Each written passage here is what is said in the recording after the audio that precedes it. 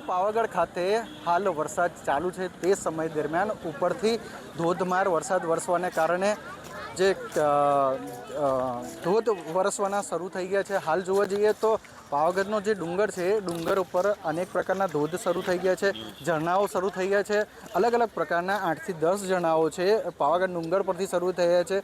લીલી ચાદર ઓઢીને બેઠો હોય એવા દ્રશ્યો કેમેરામાં કેદ થાય છે। હાલ જોવા મળે કે પાવાગઢનો જે ડુંગર છે આખો ડુંગર ઢંકાઈ ગયો છે। જે વાદળો છે વાદળોથી ઢંકાઈ જવાના કારણે આહલાદક નજારો જોવા મળી રહ્યો છે। હાલ પાવાગઢ છે, પાવાગઢમાં પર્યટકો પણ અહીંયા સ્થળ ઉપર આવી રહ્યા છે। કેટલાક યાત્રિકો દૂર દૂરથી અહીંયા ગુજરાતભરમાંથી આવી રહ્યા છે અને મજા માણી રહ્યા છે। ત્યારે આ જે સંખ્યા છે એ સેલ્ફી પોઈન્ટ પર છે। એ સેલ્ફી પોઈન્ટ પર મોટા પ્રમાણમાં યાત્રિકો આવીને આનંદિત થાય છે, જેના કારણે લોકો અહીંયા વેકેશનની પણ મોજ માણવા આવી રહ્યા છે।